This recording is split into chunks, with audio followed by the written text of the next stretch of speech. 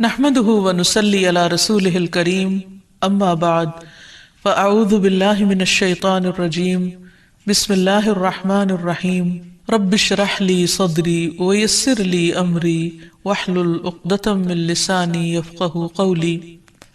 السلام علیکم ورحمۃ اللہ وبرکاتہ۔ کہ اللہ سبحانہ تعالیٰ کی تسبیح کرنے کا کیا فائدہ ہے، اس بارے میں ایک حدیث آتی ہے۔ ابو ذر رضی اللہ عنہ نے عرض کیا، یا رسول اللہ صلی اللہ علیہ وسلم، میرے ماں باپ آپ پر قربان، اللہ عز و جل کو کون سا کلام زیادہ پسند ہے؟ آپ نے فرمایا، جو اللہ تعالیٰ نے اپنے فرشتوں کے لیے پسند کر رکھا ہے، سبحان ربی و بحمدہ، سبحان ربی و بحمدہ۔ حقیقت یہ ہے کہ ساری مخلوق اللہ تعالیٰ کی تسبیح بیان کر رہی ہے۔ قرآن مجید میں آتا ہے، تسبح لہ السماوات السبع والارض ومن فیہن وَإِن مِّن شَيْءٍ إِلَّا يُسَبِّحُ بِحَمْدِهِ وَلَٰكِن لَّا تَفْقَهُونَ تَسْبِيحَهُمْ إِنَّهُ كَانَ حَلِيمًا غَفُورًا۔ ساتوں آسمان اور زمین اور جو کچھ ان میں ہے سب اس کی تسبیح کر رہے ہیں، بلکہ کوئی بھی چیز ایسی نہیں جو اس کی حمد کے ساتھ اس کی تسبیح نہ کر رہی ہو، لیکن تم ان کی تسبیح کو سمجھتے نہیں، کیونکہ ہر ایک کا اپنا اپنا انداز ہے۔ وہ بڑا بردبار اور معاف فرمانے والا ہے۔ سورۃ النور میں بھی اللہ سبحانہ وتعالیٰ فرماتے ہیں، أَلَمْ تَرَ أَنَّ اللَّهَ يُسَبِّحُ لَهُ مَنْ فِي السَّمَاوَاتِ وَالْأَرْضِ وَالطَّيْرُ صَافَّاتٍ كُلٌّ قَدْ عَلِمَ صَلَاتَهُ وَتَسْبِيحَهُ وَاللَّهُ عَلِيمٌ بِمَا يَفْعَلُونَ۔ کیا تم دیکھتے نہیں کہ آسمانوں اور زمین میں جو کچھ ہے اور فضا میں پر پھیلائے ہوئے پرندے سبھی کے سب یہ اللہ کی تسبیح کر رہے ہیں۔ ہر مخلوق کو اپنی نماز اور تسبیح کا طریقہ معلوم ہے، اور اللہ اسے خوب جاننے والا ہے جو وہ کرتے ہیں۔ بہت ہی خوبصورت آیت ہے جس سے یہ پتہ چلتا ہے کہ نمبر ایک، ساری مخلوق تسبیح کر رہی ہے، سب اللہ کے ذکر میں مشغول ہیں، ایک ذرے سے لے کر بڑے بڑے ستارے اور سیارے۔ اور پھر خصوصاً پرندوں کی بات کی گئی، یعنی زمین اور آسمان کی مخلوق تو کر ہی رہی ہے تسبیح، لیکن ان دونوں کے درمیان جو پرندے اڑتے ہوئے نظر آ رہے ہیں، اور بعض اوقات صفوں کی شکل میں، یعنی صف باندھے ہوئے یا پر پھیلاتے ہوئے اور سکیڑتے ہوئے یا اڑتے ہوئے، سب مل کر یا اکیلے اکیلے، یہ سب اللہ سبحانہ تعالیٰ کی پاکی بیان کرتے ہیں۔ ویسے بھی آپ نے دیکھا ہوگا کہ صبح اور شام کے اوقات میں بڑے بڑے درختوں پر بیٹھے ہوئے ہزاروں کی تعداد میں پرندے یک زبان ہو کر اللہ سبحانہ تعالیٰ کی تسبیح کر رہے ہوتے ہیں، ذکر کر رہے ہوتے ہیں۔ فرمایا یہ سب اللہ کی تسبیح کرتے ہیں۔ تیسری بات یہ فرمائی گئی کہ ہر مخلوق کو اپنی نماز اور تسبیح کا طریقہ معلوم ہے۔ کس قدر دلچسپ اور خوبصورت بات ہے کہ پرندہ ہو یا چیونٹی ہو یا کوئی بڑے سے بڑا جانور ہو یا ستارہ اور سیارہ ہو، ہر ایک کو تسبیح بھی معلوم ہے، یعنی اللہ کا ذکر کیسے کرنا ہے، اور یہ بھی معلوم ہے کہ اس کا کام کیا ہے، وہ کیوں پیدا کیا گیا ہے، یعنی اس کو اپنے مقصد زندگی کا بھی معلوم ہے، اور پھر اللہ تعالیٰ کی عبادت اور اطاعت کے طریقے کیا ہیں، اس کے لیے کون سی راہیں مقرر کر دی گئی ہیں، یہ بھی اس کو خوب معلوم ہے۔ تو اس میں حیرت کی بات یہ ہے کہ اگر ساری مخلوق یہ جانتی ہے تو پھر انسان کا انجان بننا اس کے لیے کس قدر خطرناک ہے۔ اللہ تعالیٰ نے سب کچھ انسان کے لیے پیدا کیا، اور وہ ساری چیزیں انسان کی خدمت میں خوب لگی ہوئی ہیں، لیکن انسان کو جس کے لیے پیدا کیا گیا، انسان اس مقصد کو بھول گیا اور اپنے رب سے غافل ہو گیا۔ تو اس لیے اگر ہم تسبیح نہیں کریں گے تو ہم ساری کائنات سے الگ ہو جائیں گے۔ وہ سب تو اللہ کے وفادار، فرمانبردار، تسبیح گزار، اور ہم اللہ سے غافل، یہ دل کیسے گوارا کر سکتا ہے؟ اس لیے زیادہ سے زیادہ اللہ سبحانہ و تعالیٰ کی تسبیح کرنی چاہیے۔ ایک حدیث سے یہ بھی پتہ چلتا ہے کہ چیونٹیاں بھی اللہ کی تسبیح کرتی ہیں۔ جب ایک موقع پر کسی نے چیونٹیوں کو جلا دیا تو اللہ سبحانہ و تعالیٰ نے ان سے یہی کہا کہ تم نے گروہوں میں سے ایک ایسے گروہ کو جلا دیا جو اللہ کی تسبیح بیان کرتا ہے، اور ویسے بھی آگ کا عذاب اللہ کے سوا کسی اور کو دینے کا حق نہیں۔ پھر اسی طرح جو کھانا ہم کھاتے ہیں وہ بھی اللہ کی تسبیح کرتا ہے۔ عبداللہ بن مسعود رضی اللہ عنہما بیان کرتے ہیں کہ ہم آپ صلی اللہ علیہ وسلم کے زمانے میں کھاتے وقت کھانے کی تسبیح سنتے تھے، یعنی نبی صلی اللہ علیہ وسلم سنوا سکتے تھے کہ کس طرح کھانا تسبیح کر رہا ہے۔ پھر اسی طرح فرشتے بھی اللہ تعالیٰ کی تسبیح کرتے ہیں، جس کا وہ اقرار خود کر رہے تھے کہ وَنَحْنُ نُسَبِّحُ بِحَمْدِكَ وَنُقَدِّسُ لَكَ، کہ ہم تیری حمد کے ساتھ تیری تسبیح کرتے ہیں اور تیری پاکی بیان کرتے ہیں۔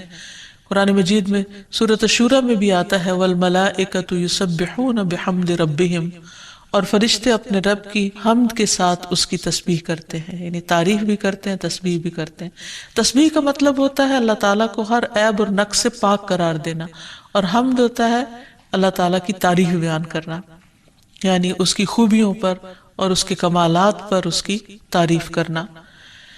پھر اسی طرح وہ فرشتے جو عرش کو اٹھائے ہوئے ہیں وہ بھی اللہ تعالیٰ کی تسبیح کرتے رہتے ہیں۔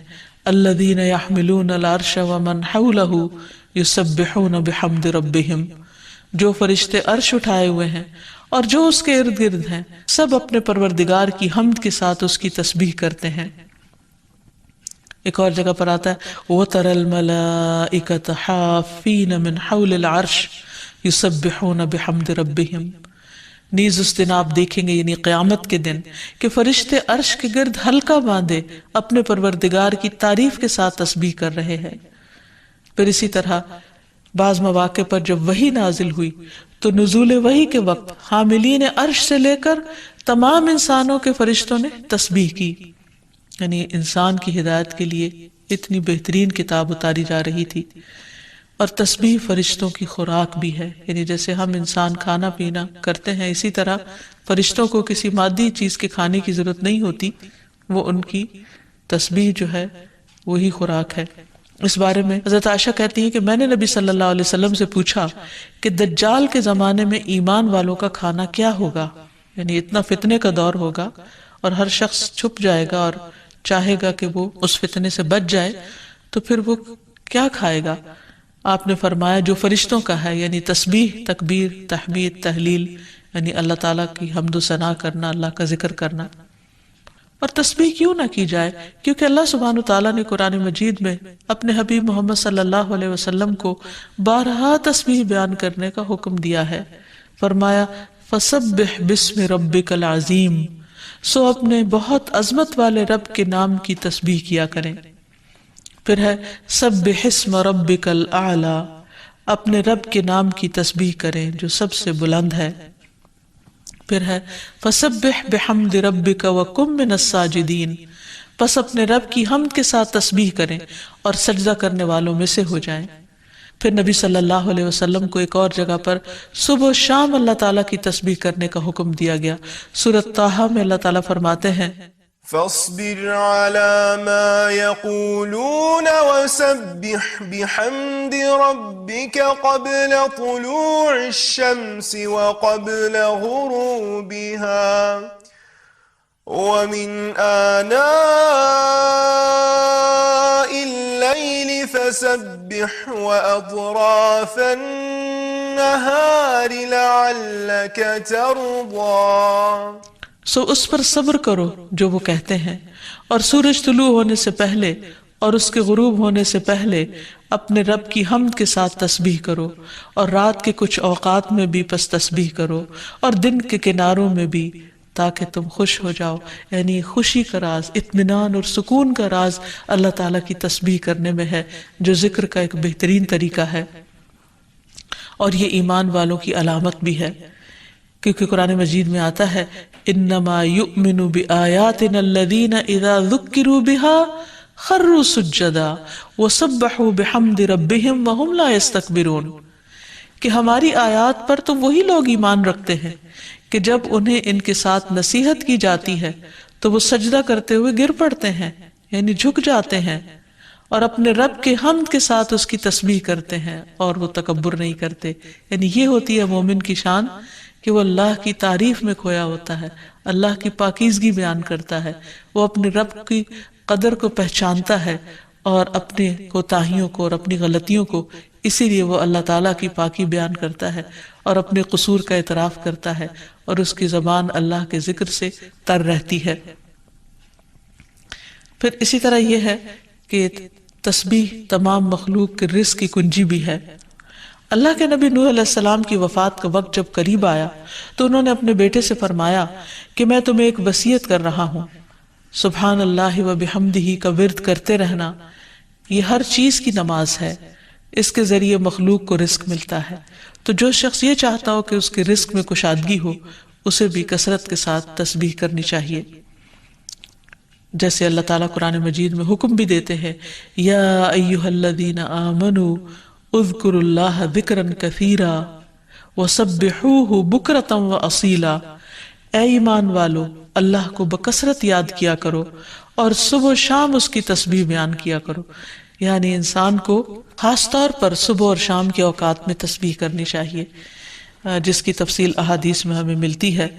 رسول اللہ صلی اللہ علیہ وسلم خود بھی کثرت کے ساتھ سبحان اللہ و بحمدہ استغفر اللہ و اتوب الیہ پڑھا کرتے تھے کہ پاک ہے اللہ اور اس کی تعریف کے ساتھ، اور میں اللہ تعالیٰ سے بخشش طلب کرتا ہوں اور میں اس کی طرف توبہ کرتا ہوں۔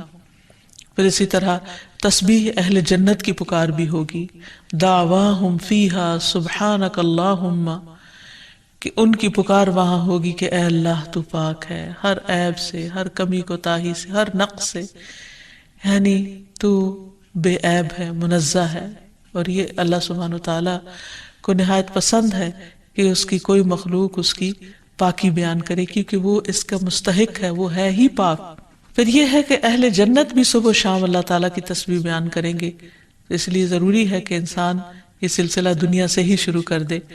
اہل جنت کی تسبیح جو ہے وہ ان کے سانسوں میں جاری کر دی جائے گی، اور پھر جو لوگ اللہ تعالیٰ کی تسبیح نہیں کرتے وہ دراصل بد نصیب ہیں، کیونکہ وہ اتنی بڑی خیر سے محروم ہو رہے ہیں جو دنیا میں ان کے لیے سکون کا باعث ہے اور آخرت میں ان کے لیے رب کے قرب کا ذریعہ ہوگی۔ تسبیح کے لیے جو الفاظ استعمال ہوتے ہیں اس میں سبحان اللہ و بحمدہ، سبحان ربی الاعلی، سبحان ربی العظیم، یہ تمام کلمات جو ہیں یہ تسبیح کے ہیں۔ اس کے علاوہ ایک اور حدیث سے ہمیں پتہ چلتا ہے، سمرہ بن جندب کہتے ہیں کہ رسول اللہ صلی اللہ علیہ وسلم نے فرمایا، اللہ کے نزدیک سب سے زیادہ محبوب کلمات 4 ہیں، سبحان اللہ والحمد للہ ولا الہ الا اللہ واللہ اکبر، اور تمہیں اس میں سے کسی بھی کلمے سے شروع کرنا نقصان نہ دے گا، یعنی پہلے الحمدللہ بھی کہہ سکتے ہیں یا سبحان اللہ پہلے کہہ سکتے ہیں، لیکن یہ اللہ تعالیٰ کے نہایت پسندیدہ ترین کلمات ہیں۔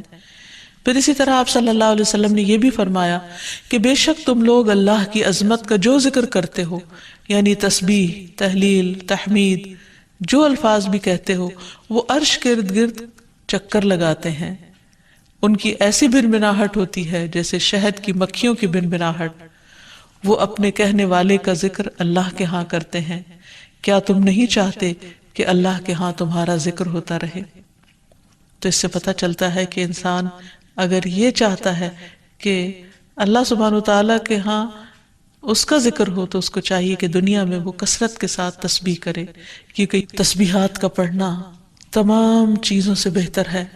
ابو ہریرہ کی روایت میں آتا ہے کہ رسول اللہ صلی اللہ علیہ وسلم نے فرمایا، سبحان اللہ والحمد للہ ولا الہ الا اللہ واللہ اکبر، کہ اللہ پاک ہے اور سب تعریفیں اسی کے لیے ہیں، اللہ کے سوا کوئی معبود نہیں اور اللہ سب سے بڑا ہے، یہ کہنا میرے نزدیک ہر اس چیز سے محبوب ہے جس پر سورج طلوع ہو، یعنی بڑے بڑے سونے چاندی کے ڈھیر سے بھی زیادہ پسندیدہ تھا نبی صلی اللہ علیہ وسلم کے نزدیک ان کلمات کا ذکر کرنا، ورد کرتے رہنا۔ پھر اسی طرح یہ کلمات جو زبان پر بہت ہلکے ہیں اور میزان میں بہت بھاری ہیں اور الرحمن کو بہت ہی پیارے ہیں، وہ ہیں سبحان اللہ و بحمدہ، سبحان اللہ العظیم۔ پھر ایک بار تسبیح پڑھنے سے زمین و آسمان بھر جاتا ہے۔ رسول اللہ صلی اللہ علیہ وسلم نے فرمایا، طہارت نصف ایمان کے برابر ہے، اور الحمدللہ کہنا میزان کو بھر دیتا ہے۔ سبحان اللہ اور الحمدللہ کہنے سے زمین و آسمان کے درمیانی فضا بھر جاتی، یعنی کتنا فاصلہ ہے زمین و آسمان کے بیچ کا، لیکن انسان کیا اس کے لیے بھی اس کو کچھ مشکل ہے کہ اللہ سبحانہ وتعالیٰ کی محبت کے ساتھ پاکی بیان کرے اور تسبیح کرے، جس کا ریوارڈ اتنا بڑا ہے اس کے لیے؟ آج دنیا میں انسان کو وہ نظر نہیں آتا، لیکن کل قیامت کو انسان ایک ایک نیکی کا محتاج ہوگا تو وہاں اس کو اس کی قدر آئے گی. اس لیے بہتر ہے کہ آج اپنے لیے انسان ذخیرہ اور سرمایہ اکٹھا کر لے. پھر اسی طرح انسان جب تسبیح کرتا ہے تو اس کے گناہ بھی مٹتے ہیں، یعنی ایک طرف اس کی نیکیوں میں اضافہ ہوتا ہے اور دوسری طرف اس کے گناہوں کو جھاڑنے کا ذریعہ بنتا ہے. انس رضی اللہ عنہ کہتے ہیں کہ رسول اللہ صلی اللہ علیہ وسلم ایک ایسے درخت کے پاس سے گزرے جس کے پتے سوکھ چکے تھے. آپ نے اس پر لاٹھی ماری تو اس کے پتے جھڑنے لگے. پھر آپ نے فرمایا الحمدللہ وسبحان اللہ ولا الہ الا اللہ واللہ اکبر سے اسی طرح گناہ جھڑتے ہیں جس طرح اس درخت کے پتے جھڑے ہیں. پھر اسی طرح یہ 100 اونٹوں سے افضل عمل ہے. نبی صلی اللہ علیہ وسلم نے فرمایا جس نے سورج طلوع ہونے اور اس کے غروب ہونے سے قبل 100 بار سبحان اللہ کہا تو یہ اس کے لیے 100 اونٹوں سے بہتر ہے. یعنی اتنی بڑی کمائی اور نیکیوں کا اتنا بڑا ذخیرہ ہے. پھر اسی طرح تسبیح کے کچھ اور کلمات ہیں کہ جن سے آسمان کے دروازے کھل جاتے ہیں. ابن عمر کہتے ہیں کہ ہم رسول اللہ صلی اللہ علیہ وسلم کے ساتھ نماز پڑھ رہے تھے کہ جماعت میں سے ایک آدمی نے کہا اللہ اکبر کبیرہ والحمد للہ کثیرا وسبحان اللہ بکرۃ واصیلا. تو رسول اللہ صلی اللہ علیہ وسلم نے فرمایا اس طرح کے کلمات کہنے والا کون ہے؟ جماعت میں سے ایک آدمی نے عرض کیا اے اللہ کے رسول میں ہوں. آپ نے فرمایا کہ مجھے تعجب ہوا کہ اس کے لیے آسمان کے دروازے کھولے گئے. ابن عمر فرماتے ہیں کہ میں نے ان کلمات کو پھر کبھی نہیں چھوڑا جب سے اس کے بارے میں میں نے رسول اللہ صلی اللہ علیہ وسلم کو یہ فرماتے ہوئے سنا کیا کہ اس شخص کے لیے آسمان کے دروازے کھول دیے گئے، یعنی ان کلمات کے پڑھنے کی وجہ سے.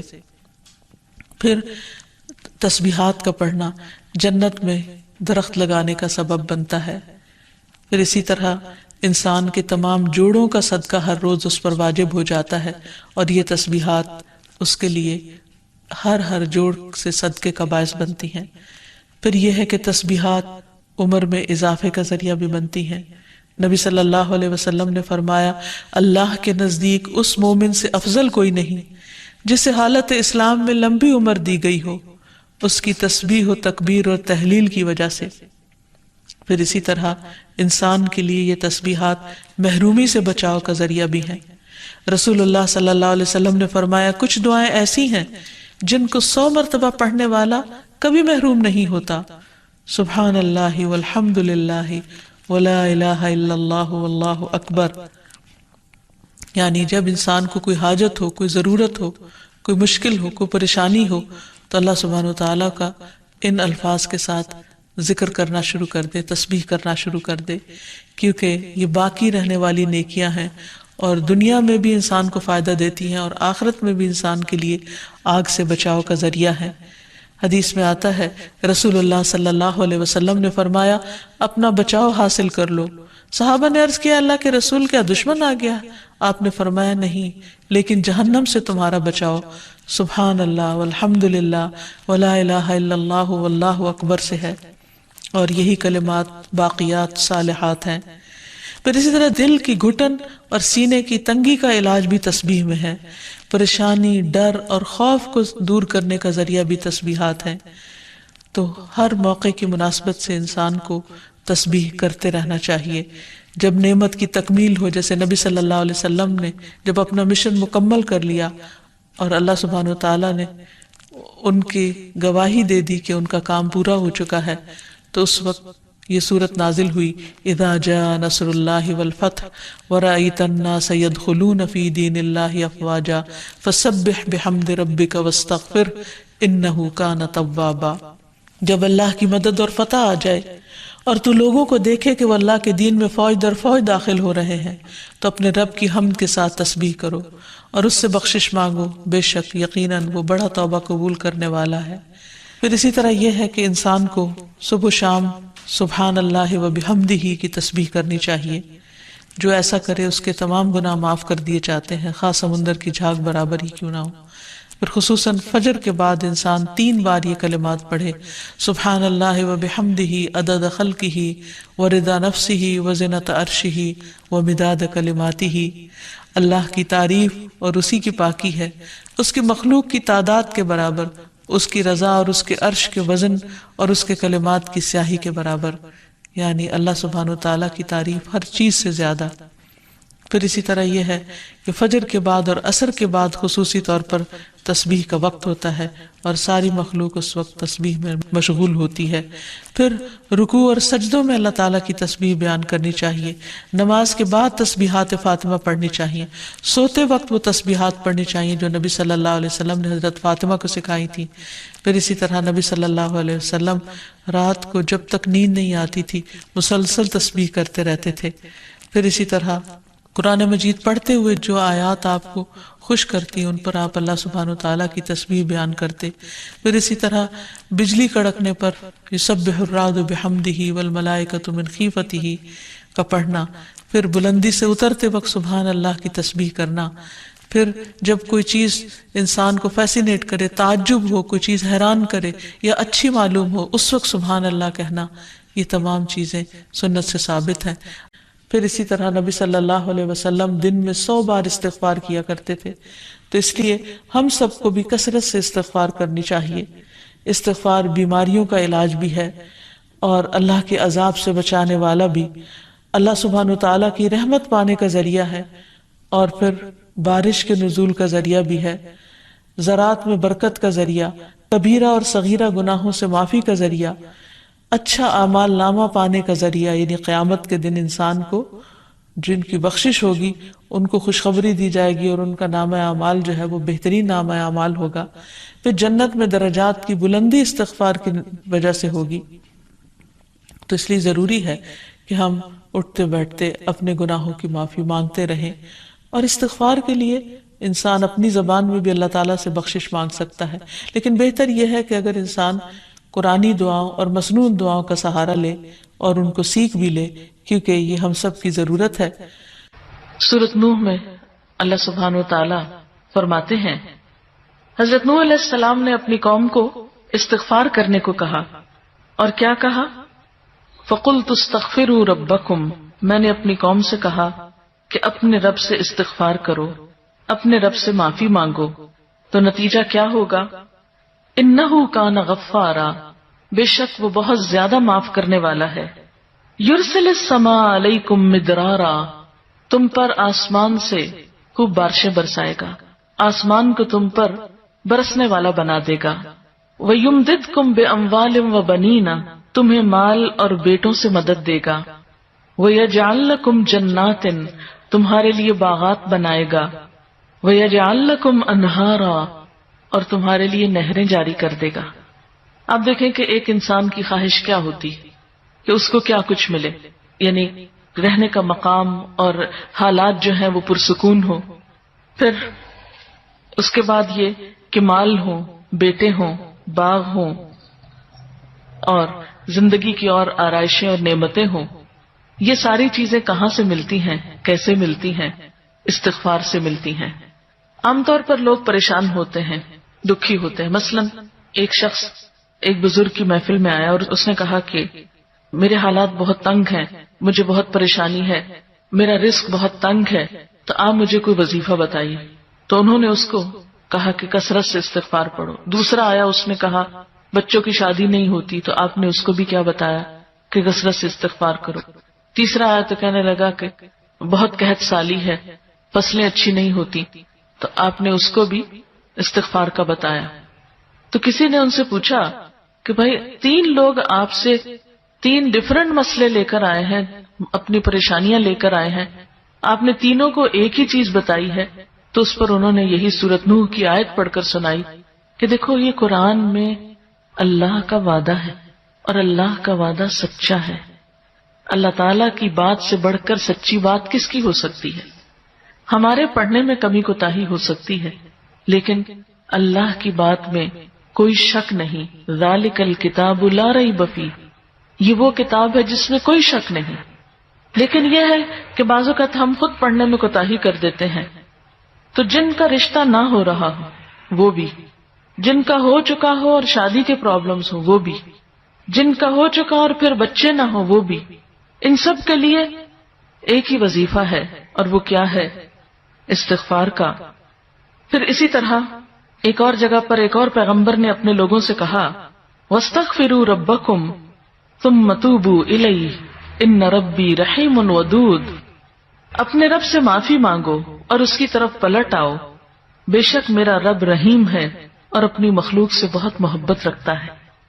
یعنی جب کسی بندے پر کوئی تکلیف آتی ہے تو ایسا نہیں کہ اللہ تعالیٰ اس پر خوش ہوتے ہیں اور جان بوجھ کے ستانا چاہتے ہیں بندوں کو، اللہ تو بندوں کے حق میں بہت مہربان ہے۔ پھر سوال یہ پیدا ہوتا ہے کہ تکلیف آتی کیوں؟ اگر وہ ہم سے محبت کرتا ہے اور وہ بہت مہربان ہے، تو بات یہ ہے کہ کچھ چیزیں ہم اچھے حالات میں سیکھتے ہیں اور کچھ چیزیں ہم ہارڈ شپ سے سیکھتے ہیں۔ کچھ نعمتوں کی قدر ہم اچھے طریقے سے ویسے ہی کر لیتے ہیں، اور کچھ چیزوں کی قدر ہمیں اس وقت آتی ہے جب کوئی مشکل پیش آتی ہے۔ آپ دیکھیے کہ اس کی مثال یوں ہی ہے کہ جیسے کچھ کھانے آپ کچے ہی کھا لیتے ہیں، جیسے فروٹس وغیرہ ہیں، آپ کو پکانے کی ضرورت نہیں ہوتی، لیکن کچھ کھانے آپ کو پکا کر کھانے ہوتے ہیں۔ اسی طرح زندگی میں کچھ حالات ایسے ہوتے ہیں کہ جن میں آپ آرام سے سیکھ جاتے ہیں، یا کچھ باتیں آپ کو بغیر کسی مشکل کے سمجھ میں آ جاتی ہیں، لیکن کچھ باتیں آپ کو مشکل آنے پر سمجھ آتی ہیں۔ اور جس طرح انسان پختہ اور میچیور ہوتا ہے مشکلات میں، آپ نے دیکھا ہوگا کہ جو بچے ہارڈ شپس میں پلتے ہیں وہ بڑے ہو کر ان میں اسٹیمنا زیادہ ہوتا ہے، لیکن جو بچے بہت نعمتوں میں اور نازوں میں پلتے ہیں وہ اتنے بہادر اور اتنے ہمت والے نہیں ہوتے۔ اس لیے دھوپ اور چھاؤں، غم اور خوشی، دونوں اس کائنات کا حسن ہے۔ دن اور رات ایک بہت بڑی نشانی ہے ہمارے لیے۔ تو اس لیے جب تکلیف آتی ہے تو اس موقع پر انسان اللہ کی طرف زیادہ رجوع کرتا ہے، اللہ کو زیادہ یاد کرتا ہے، زیادہ ذکر کرتا ہے، اور اس طرح انسان کے گناہ دنیا میں ہی معاف ہونے لگتے ہیں۔ ایک اور جگہ پر آتا ہے وَأَنِ اسْتَغْفِرُوا رَبَّكُمْ ثُمَّ تُوبُوا إِلَيْهِ يُمَتِّعْكُمْ مَتَاعًا حَسَنًا، اور یہ کہ تم اپنے رب سے معافی چاہو اور اس کی طرف پلٹ آؤ تو وہ تم کو اچھا سامانی زندگی دے گا۔ یعنی دنیا کی اچھی نعمتیں کس سے ملیں گی؟ استغفار سے۔ تسبیح کے لیے جو الفاظ استعمال ہوتے ہیں اس میں سبحان اللہ و بحمدہ، سبحان ربی الاعلی، سبحان ربی العظیم، یہ تمام کلمات جو ہیں یہ تسبیح کے ہیں۔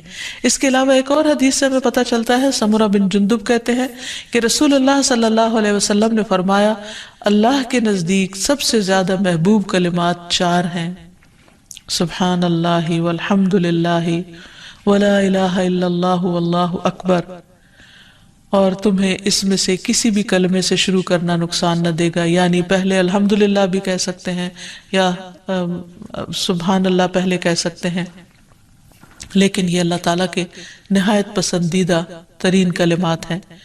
پھر اسی طرح آپ صلی اللہ علیہ وسلم نے یہ بھی فرمایا کہ بے شک تم لوگ اللہ کی عظمت کا جو ذکر کرتے ہو، یعنی تسبیح، تحلیل، تحمید، جو الفاظ بھی کہتے ہو، وہ عرش کے ارد گرد چکر لگاتے ہیں، ان کی ایسی بنبناہٹ ہوتی ہے جیسے شہد کی مکھیوں کی بنبناہٹ، وہ اپنے کہنے والے کا ذکر اللہ کے ہاں کرتے ہیں، کیا تم نہیں چاہتے کہ اللہ کے ہاں تمہارا ذکر ہوتا رہے؟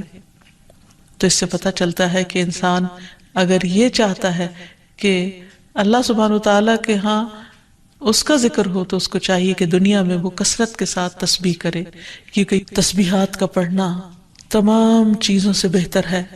ابو ہریرہ کی روایت میں آتا ہے کہ رسول اللہ صلی اللہ علیہ وسلم نے فرمایا سبحان اللہ والحمد للہ ولا الہ الا اللہ واللہ اکبر، کہ اللہ پاک ہے اور سب تعریفیں اسی کے لیے ہیں، اللہ کے سوا کوئی معبود نہیں اور اللہ سب سے بڑا ہے، یہ کہنا میرے نزدیک ہر اس چیز سے محبوب ہے جس پر سورج طلوع ہو، یعنی بڑے بڑے سونے چاندی کے ڈھیر سے بھی زیادہ پسندیدہ تھا نبی صلی اللہ علیہ وسلم کے نزدیک ان کلمات کا ذکر کرنا، ورد کرتے رہنا۔ پھر اسی طرح یہ کلمات جو زبان پر بہت ہلکے ہیں اور میزان میں بہت بھاری ہیں اور الرحمن کو بہت ہی پیارے ہیں، وہ ہے سبحان اللہ و بحمدہ، سبحان اللہ العظیم۔ پھر ایک بار تسبیح پڑھنے سے زمین و آسمان بھر جاتا ہے۔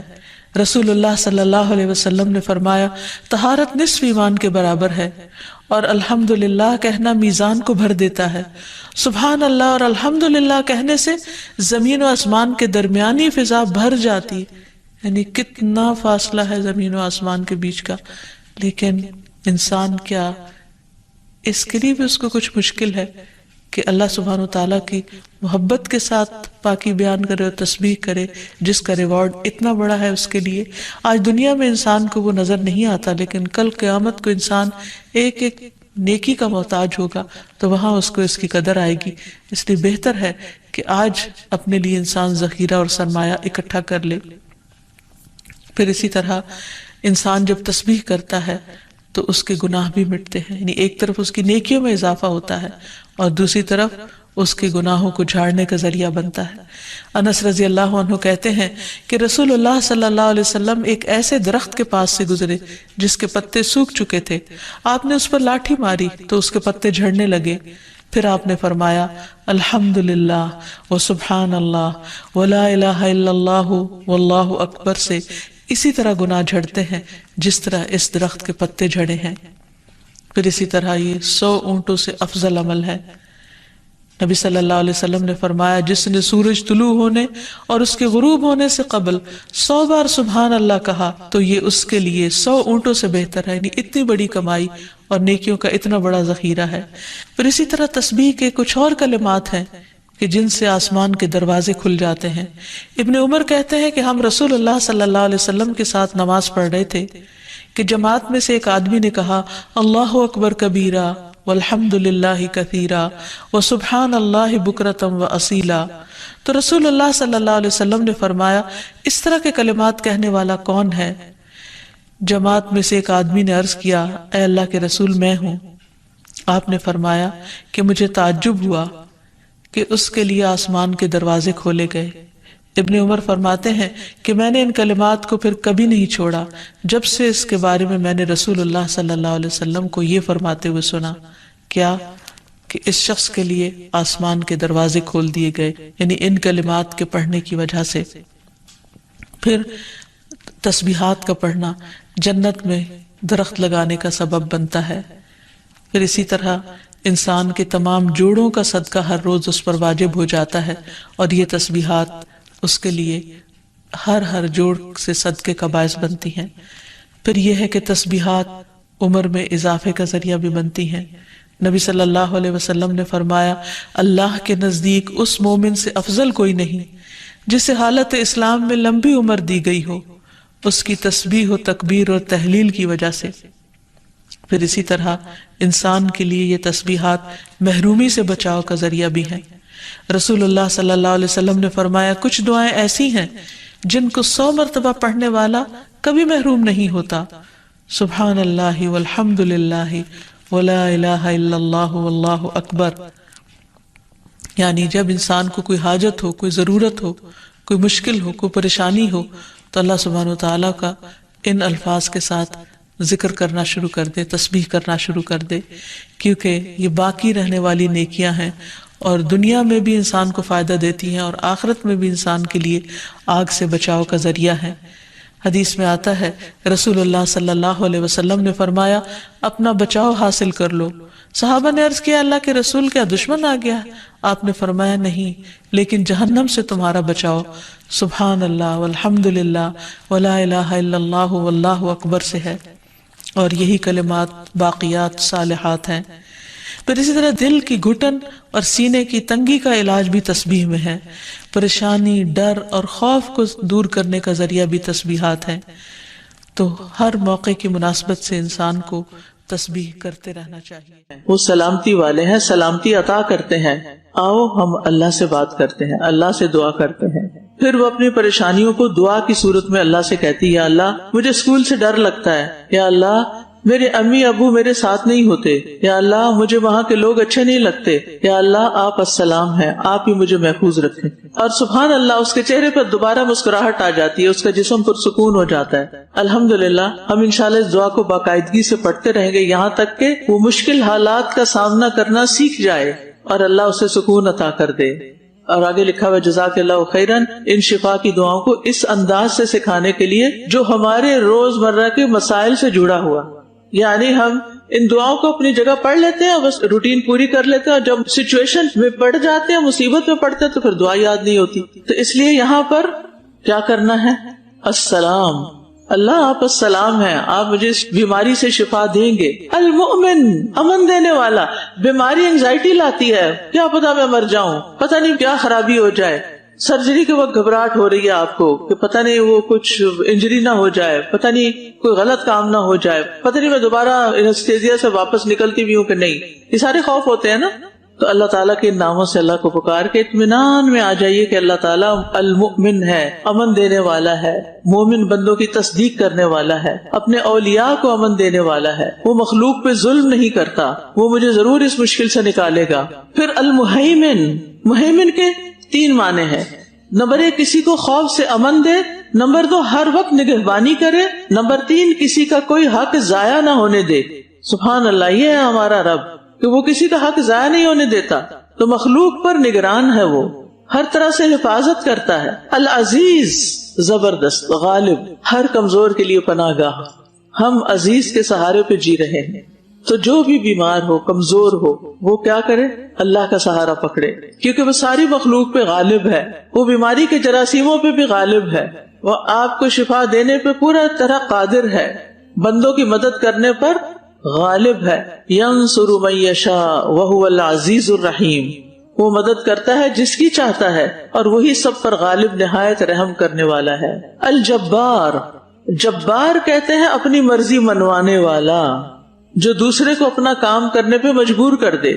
تو اللہ تعالیٰ ساری مخلوق پر جبار ہے، وہ سب سے اپنی مرضی کا کام کروا سکتا ہے، کیونکہ مخلوق میں سے کسی کی جرت نہیں کہ جو کام اللہ کروانا چاہے اس سے وہ کہے میں نہیں کرتا.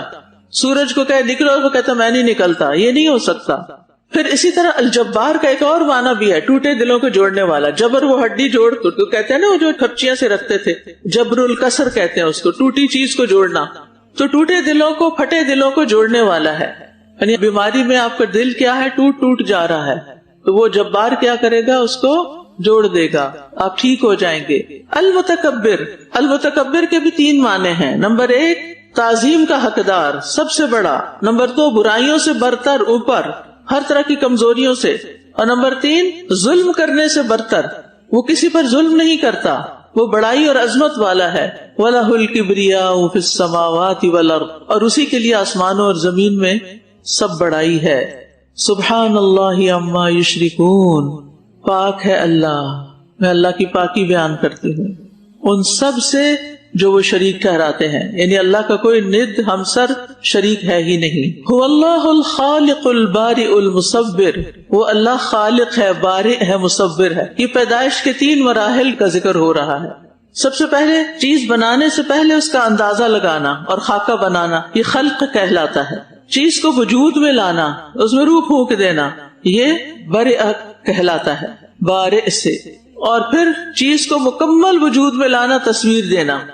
اب آپ دیکھیں، سب سے پہلے سے انسان ماں کے پیٹ میں پیدا ہوتا ہے، تو پہلی سٹیج کیا ہوتی ہے کہ جس میں اللہ سبحانہ و تعالیٰ جانتا ہے کہ اس کو کیا شیپ دینی ہے. یعنی کچھ تھا نہیں، اس کو وجود میں لے آیا، پھر اس میں روح پھونک دی، اور پھر اس کو جب وہ بچہ پیدا ہونے کے قریب ہوتا ہے تو اس کی پوری شکل و صورت، آنکھیں، ناک، کان، بال، اس کے آئی بروز، اس کے پلکیں، سر کے بال، اس کے ناخن، ہر چیز کی ایک شیپ بن چکی ہوتی ہے، خوبصورت بن چکا ہوتا ہے. پھر وہ دنیا میں آ جاتا ہے. تو یاد رکھیے، پیدائش کے سارے مراحل اللہ کے ہاتھ میں ہے. اور ایسی خواتین جو پریگننٹ ہوں، ان کے بچے نہ بچتے ہوں، اور وہ سوچتی ہوں کہ پتہ نہیں ہمارا کیا ہوگا، تو وہ بھی اللہ تعالیٰ کے 3 ناموں سے خاص طور پر اس کو پکار سکتے ہیں. هو اللہ الخالق البارئ المصور. کچھ ماں کو بڑی فکر ہوتی ہے، پتہ نہیں ہمارے بچے کی شکل کیسی ہوگی، شکل و صورت کیسی ہوگی. تو صورت بھی کون بناتا ہے؟ اللہ. آپ اللہ سے دعا کریں کہ اللہ اس کو ہر عیب سے پاک بنانا اور شکل و صورت اچھی دینا. لہ الاسماء الحسنی، اسی کے ہیں اچھے اچھے نام، سارے اچھے نام اسی کے ہیں. یعنی اس کا ہر نام خوبصورت ہے، ہر نام میں ایک خوبی ہے. اور اللہ اپنے بندوں میں سے ان سے محبت کرتا ہے جو اس کو اس کے ناموں سے پکارتے ہیں. یسبح لہ ما فی السماوات والارض، آسمانوں اور زمین میں جو بھی مخلوقات ہیں وہ سب اس کی تسبیح بیان کرتے ہیں، اس کی توحید کا اقرار کرتی ہے. وَهُوَ الْعَزِيزُ الْحَكِيمُ، اور وہ غالب ہے، حکمت والا ہے. العزیز یہاں 2 دفعہ ہے، یعنی اللہ تعالیٰ سب کچھ کر سکتا ہے، لیکن الحکیم بھی ہے پیزنٹ نہیں کرتا، بلکہ جب وہ کام جیسے کرنا چاہیے اس وقت کرتا ہے. ہم جلد باز، ہم چاہتے ہیں جلدی ہو جائے، لیکن وہ ہر چیز کو اس کے وقت پر کرتا ہے، جب اس کا بہترین وقت ہوتا ہے کرنے کا. تو یہ ہے ان ناموں کے پیچھے حقیقت. اب یاد رکھیں گے ذرا یہ پڑھتے ہوئے، اور خصوصاً بیماری میں پڑھتے ہوئے یا کسی تکلیف میں پڑھتے ہوئے. میں نے آج اسی لیے مختصر بتایا ہے تاکہ آپ کو ٹو دا پوائنٹ چیزیں یاد رہ جائیں کہ العزیز کون ہوتا ہے، المتکبر کون ہوتا ہے، عالم الغیب والشہادہ کون ہوتا ہے. وہ ہے میرا رب، اور میں اسی کو پکارتی ہوں اور میں اسی کا سہارا لیتی ہوں. تو انشاءاللہ جب آپ اس کو پکاریں گے تو وہ آپ کی مدد ضرور کرے گا انشاءاللہ.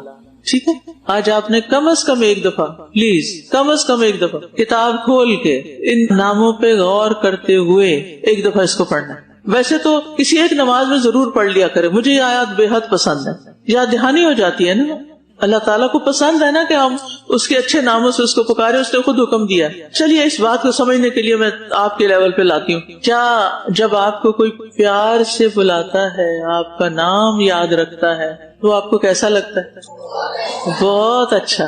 یہ اللہ نے یہ چیز ہمارے اندر بھی ڈال دی، ورنہ کوئی بڑی بات تو نہیں ہوتی نا کوئی آپ کا نام لے کے آپ کو پکارے اور پھر اس کو خوبصورت بنا کے پکارے، صحیح پروننسیشن کے ساتھ، بگاڑے بغیر، تو آپ کو بہت اچھا لگے گا.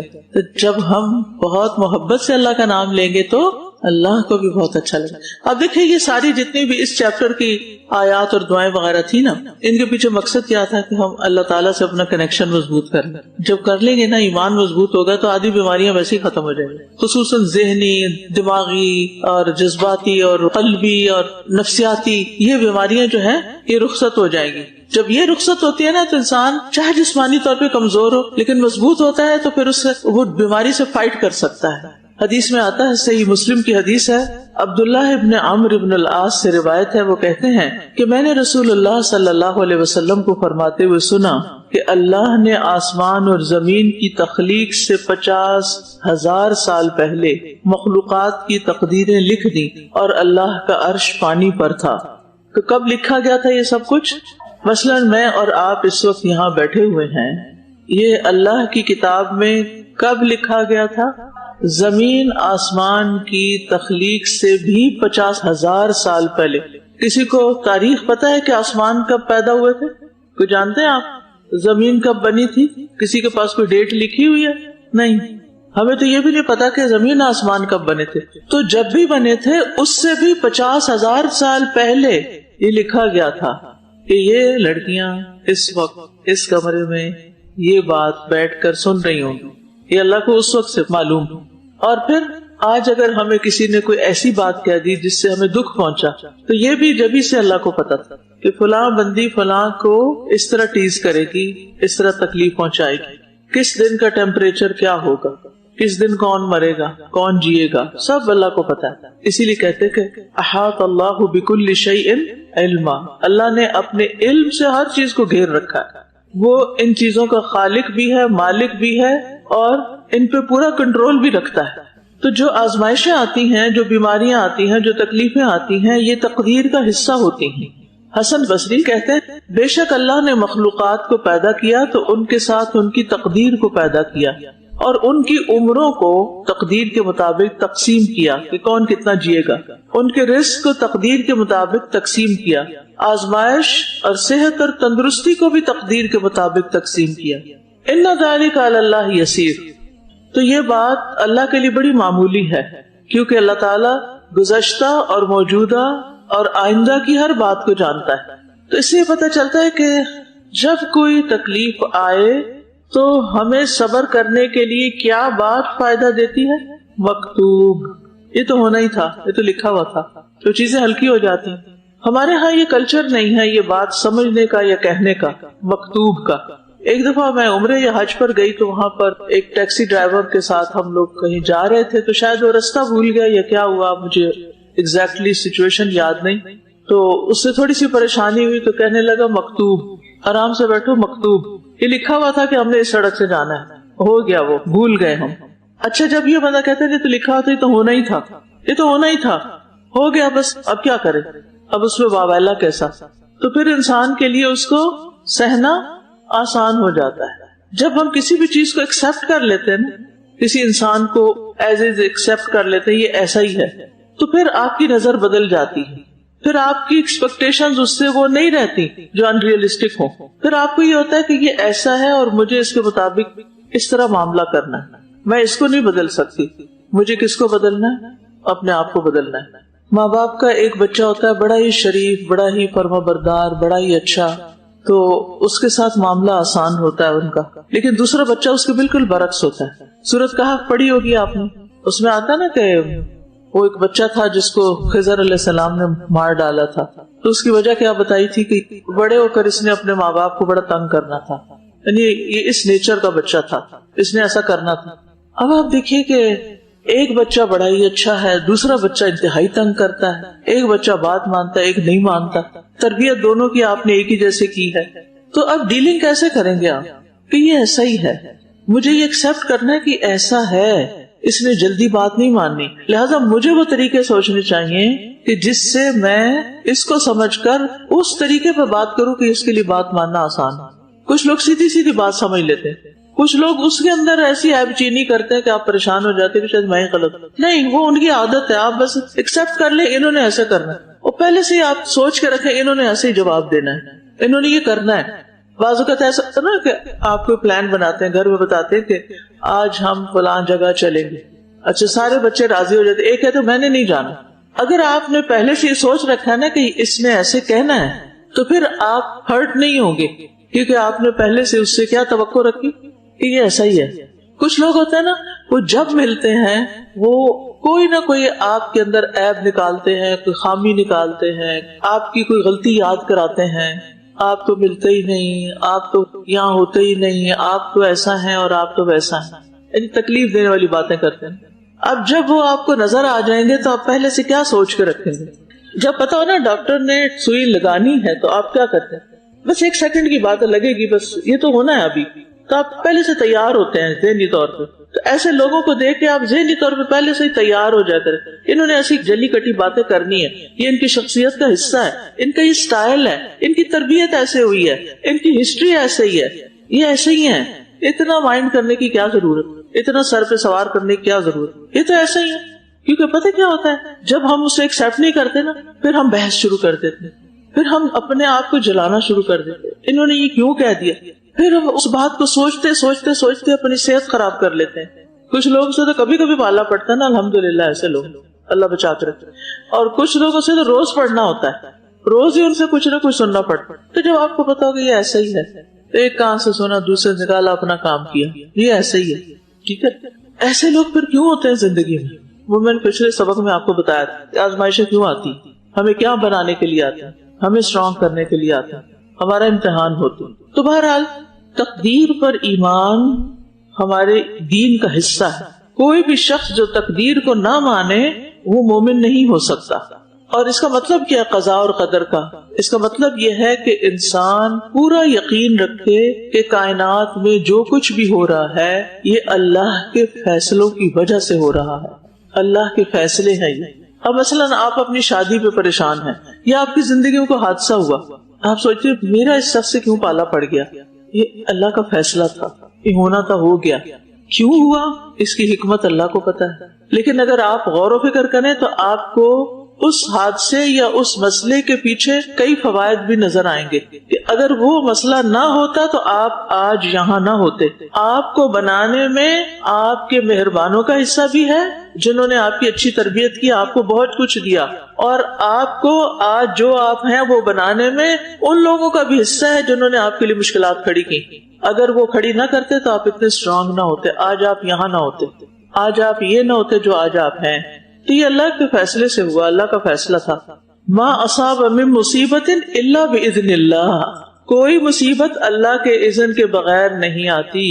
ومن یؤمن باللہ یہد قلبہ، اور جو اللہ پر ایمان رکھتا ہے، اللہ پر اعتماد کرتا ہے، اللہ کے فیصلے کو صحیح سمجھتا ہے، اللہ اس کے دل کو ہدایت دے دیتا ہے، اس کی سوچ مثبت ہو جاتی ہے.